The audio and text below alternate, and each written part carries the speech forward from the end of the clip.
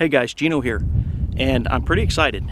I got a hold of a CZ Scorpion Evo3 S1 Pistol, and this thing is brand new. It's right out of the box. So what I want to do is fire a couple of magazines through it in this completely stock configuration and kind of get a feel for it, see how it handles. The ammunition that I will be using is the Winchester 9mm NATO 124 grain full metal jacket, and this advertises as being a little bit hotter than your typical range ammo, and I'm not sure if it is or not, but I've definitely found it to be pretty good quality for range ammo. So let me go ahead and readjust the camera and we can get started. I'm going to start out firing from a little over 5 yards, and the rear aperture or peep sight on this CZ has several settings. The first one's very small. It'd be more for target or precise shooting. I'm going to flip it up one so that it opens up the hole in that aperture just a little bit.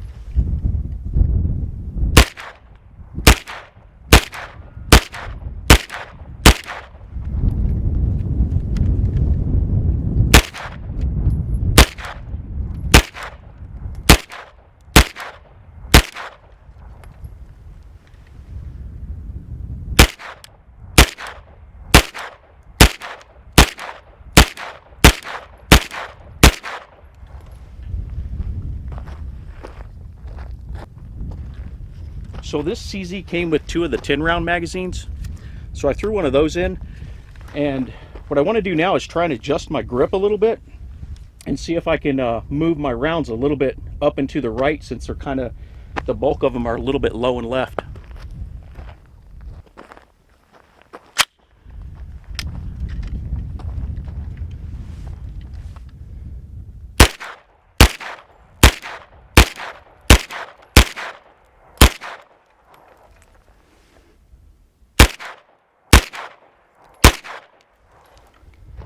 They're still kind of hitting a little bit low and left.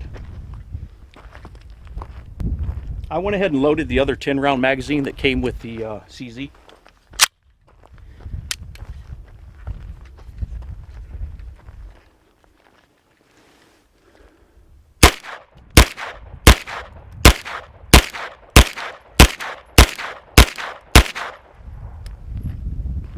All right, I think I'm going to pick up the camera and readjust it to some of those longer range targets. So I adjusted the camera out to my intermediate range targets. The round gong is about 12 yards. The first black silhouette is about 16 yards, a little over that. The white silhouette's a little over 21, and the second black silhouette is a little over 26 yards.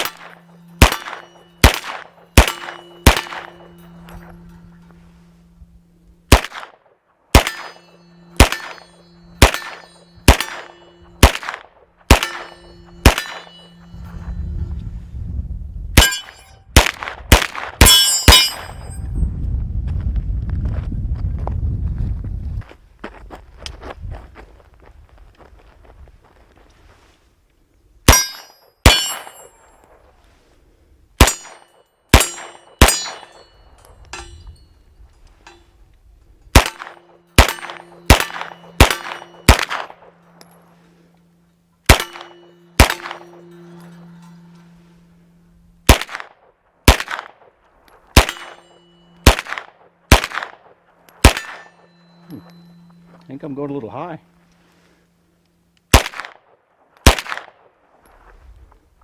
Or maybe a little bit to the left.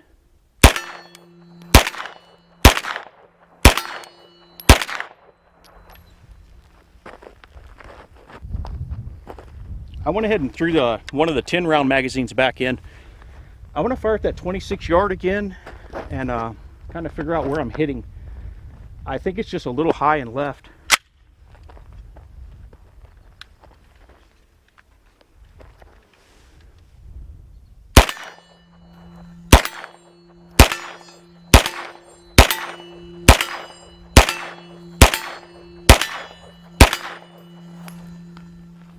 Yeah, so right there, I was aiming a little bit right of center, and as you saw, all the rounds hit. I went ahead and readjusted the camera back into my paper target, but before I start firing again, I wanted to point out a couple of things on the CZ that, you know, just through firing those handful of magazines that I've discovered. That forward grip angle, to me, is very odd. It's very awkward to have your hand like that on a weapon with no stock. Even with the stock, it's just your hand is at an odd angle as you're firing the weapon. And due to the Picatinny rail and just the angle it's at, I started to get kind of a hot spot on my hand, so I put on these gloves.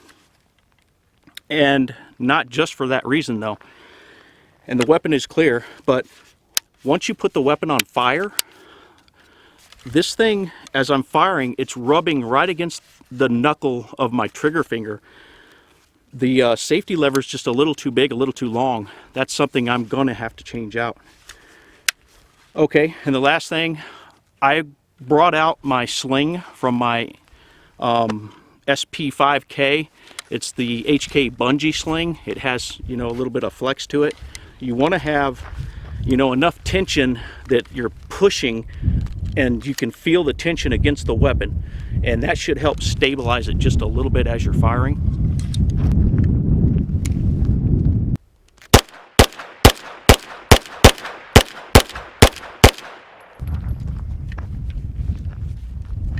I'm going to go ahead and shift up to the head area.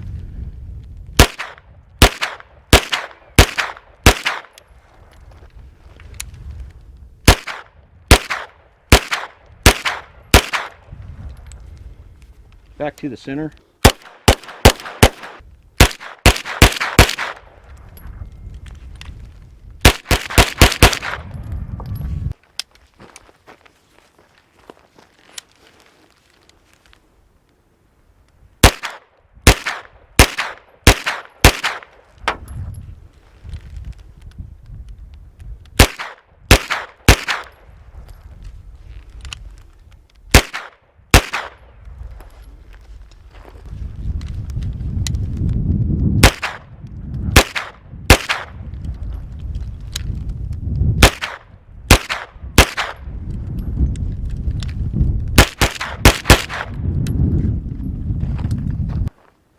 I moved the camera back over to my intermediate targets.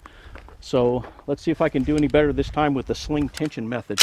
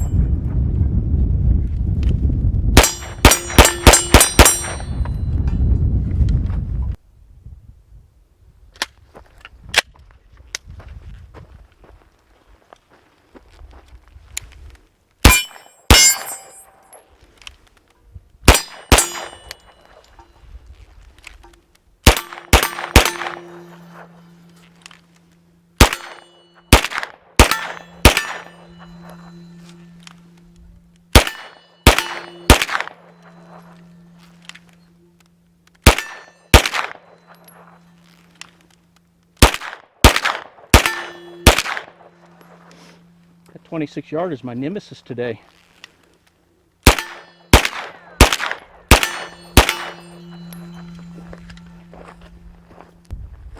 I'm going to go ahead and throw the 10 rounder back in and shoot it at that 26 yard target, since I seem to be having so many problems with it.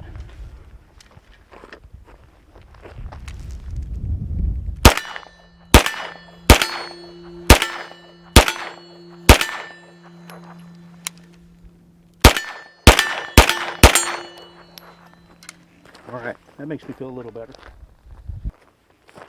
So now, just for fun, I'm going to go ahead and fire a few rounds at my long range set of targets.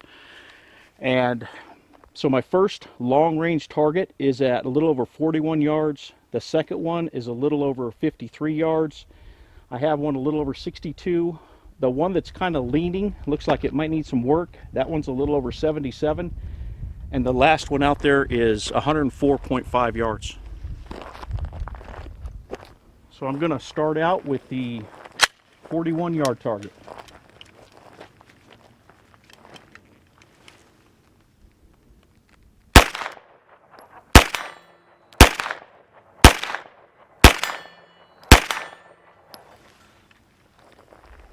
All right, I'm going to shift out to that 53.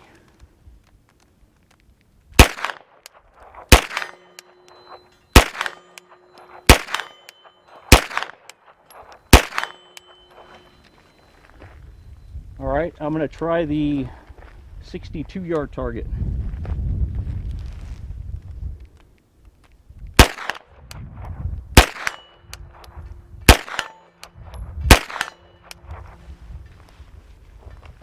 All right, let's try that 77.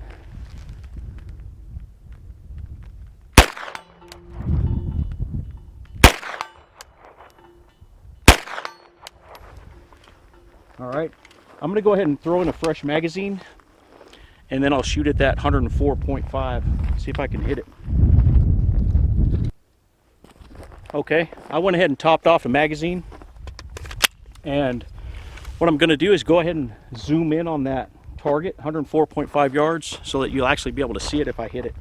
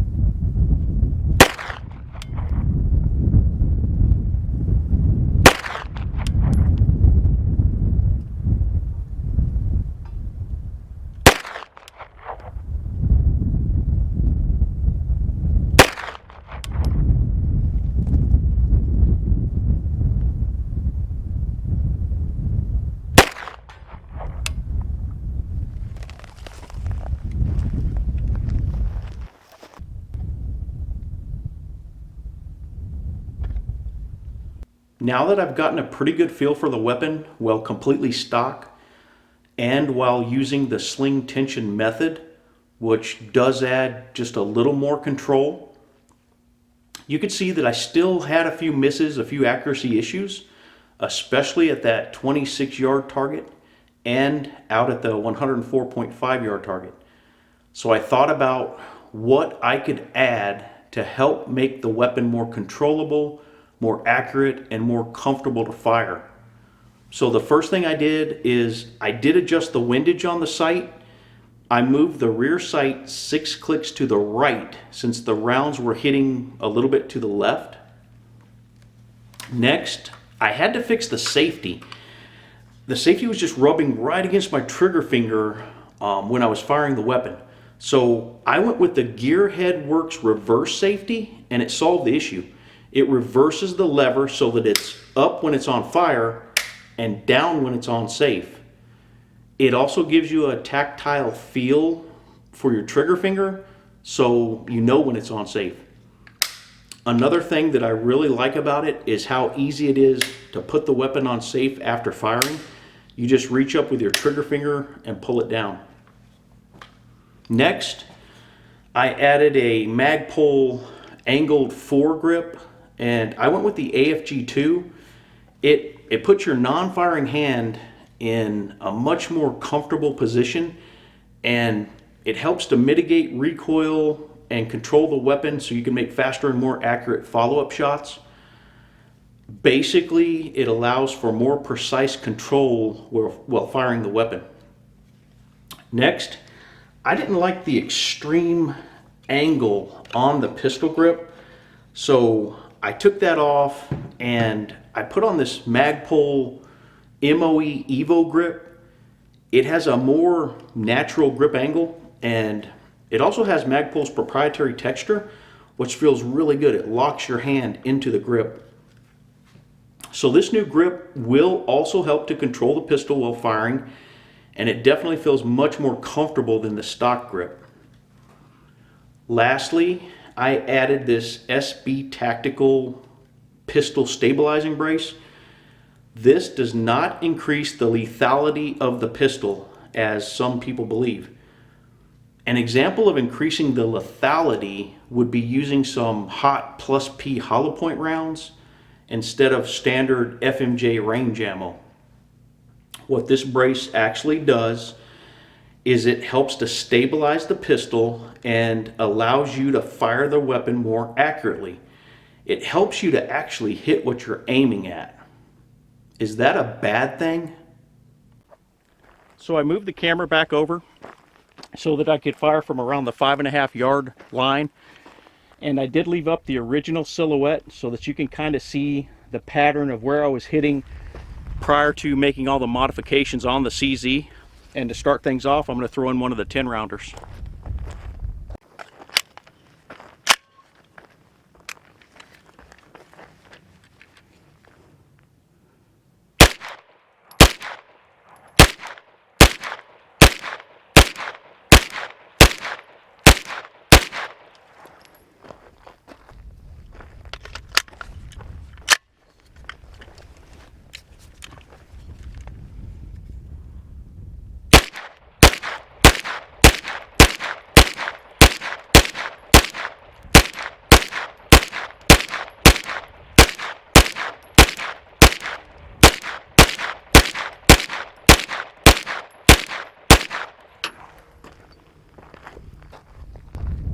I'm going to throw in that other 10 rounder and try and shoot at the head area.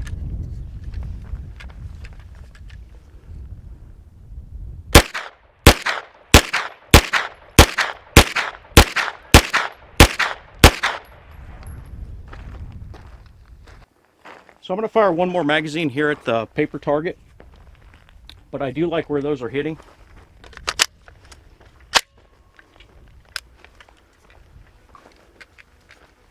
I'm going to go back to the head.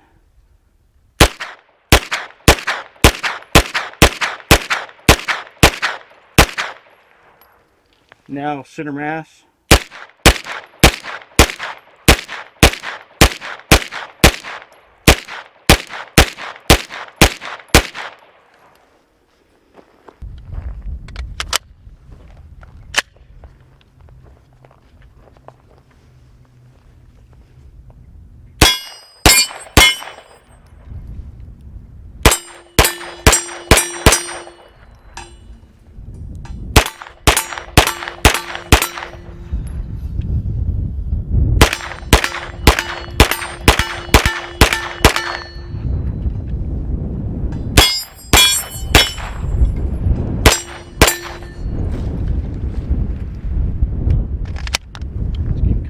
Out here.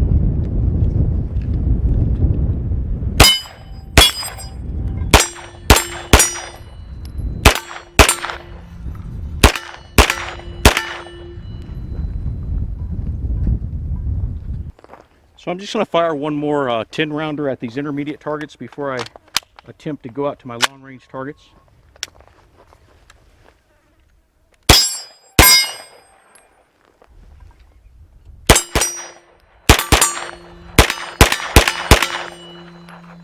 Alright, I'll readjust the camera and be right back.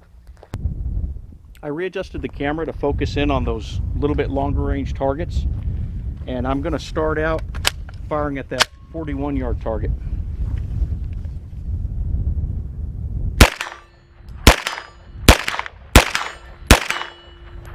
I'm going to shift over to the 53 yard target.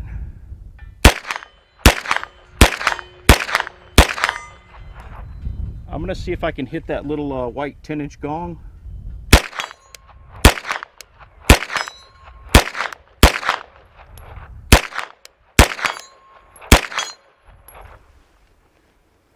Okay, I'm going to go ahead and shift up to the 62 yard target.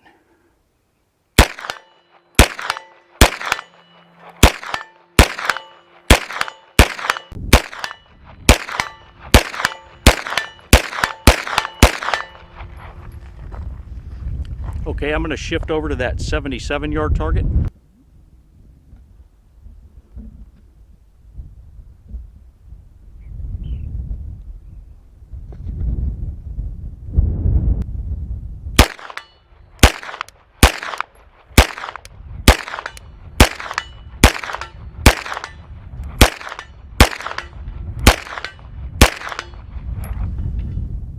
Okay, I'm going to go ahead and shift over to the 104.5 yard target.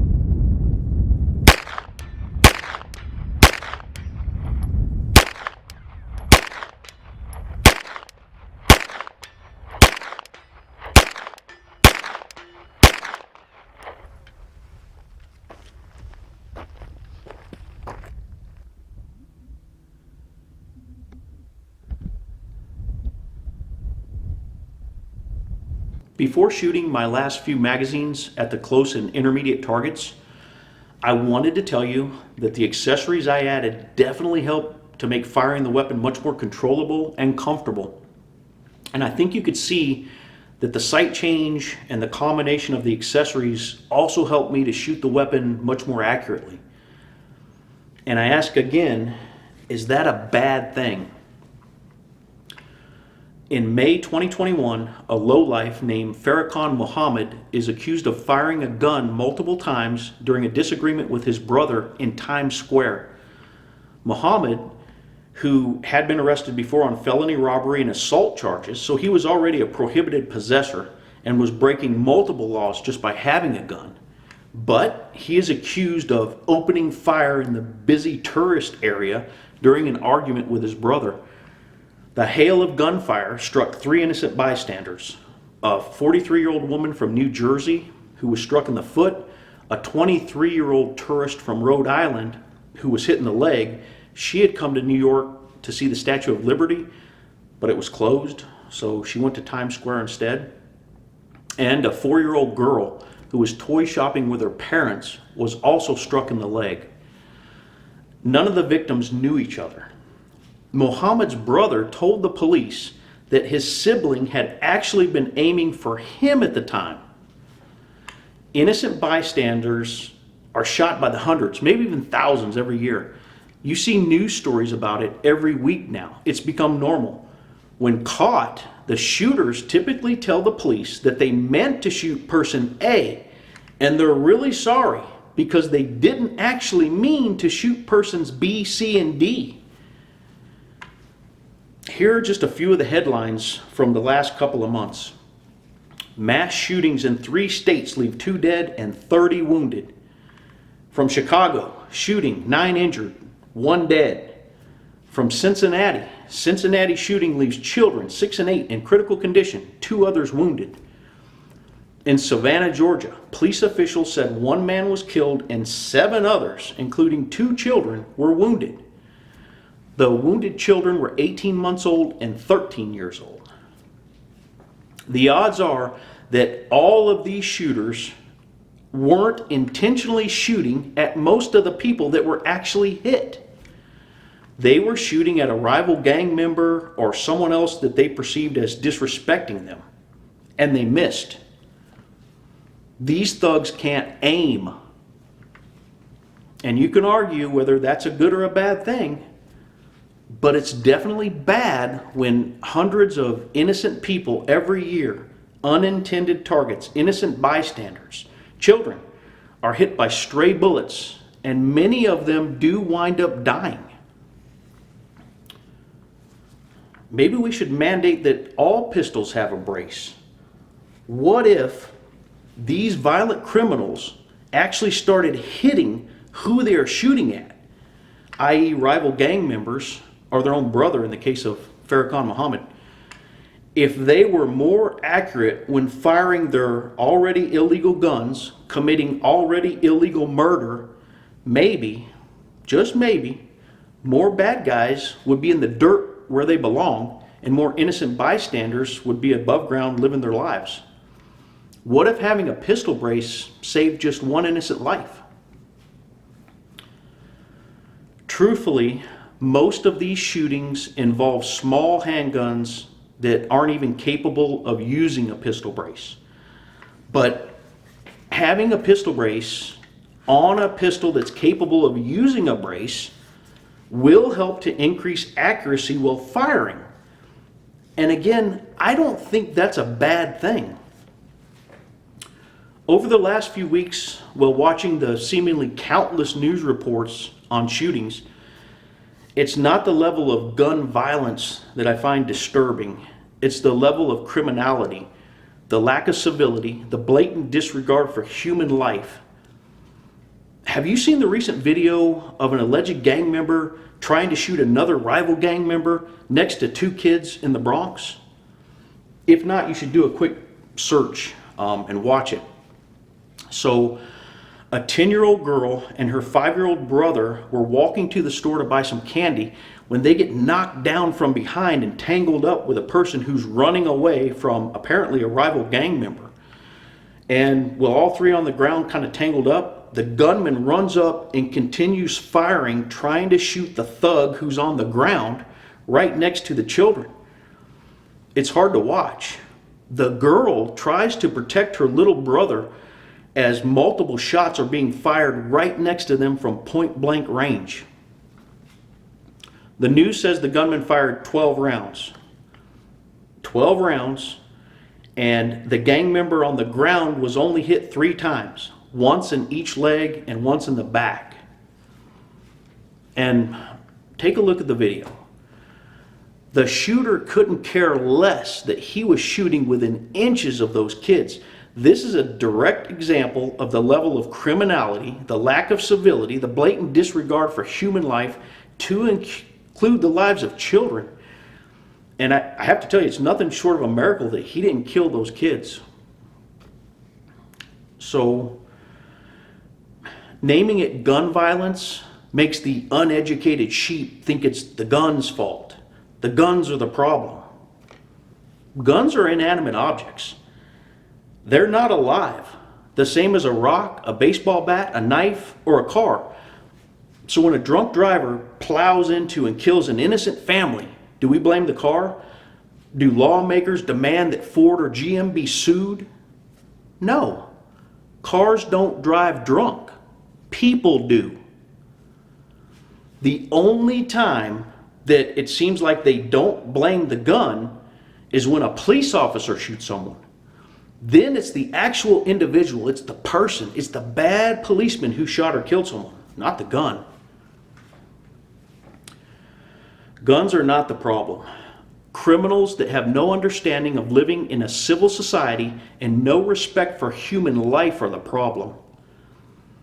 How about our lawmakers take a realistic, unbiased, long, hard look at the cities and areas of cities and the demographics of those areas where these violent crimes are predominantly occurring? How about they do a deep dive and investigate, identify, and target the real root causes of the problem, like they say they're trying to do with immigration? And I know that's a rhetorical question.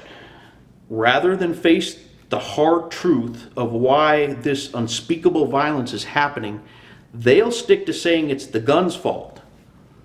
It fits their end goal of disarming the populace and doing away with the Second Amendment. The good news is there is something that we can do about it. We can vote.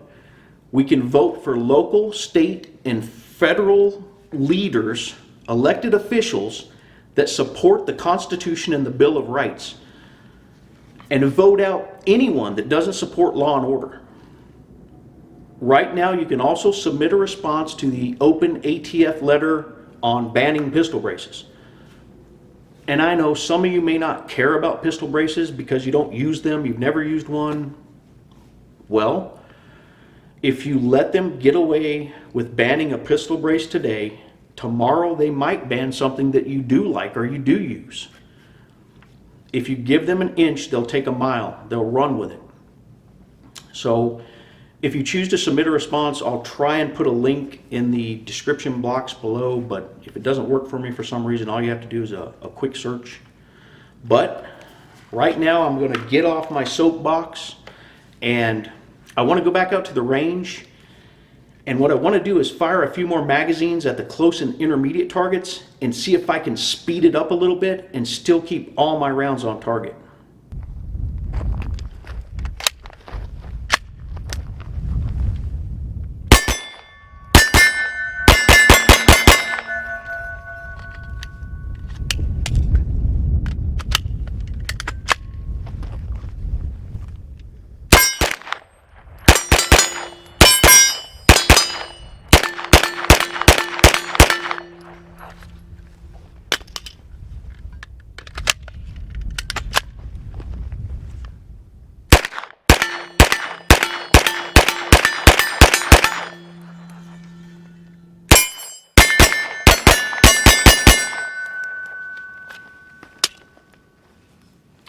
All right, guys, this is the last magazine.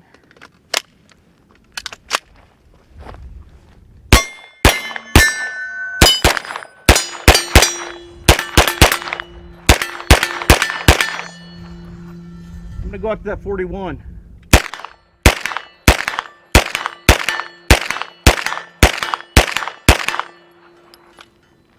Wow, that's a lot of fun.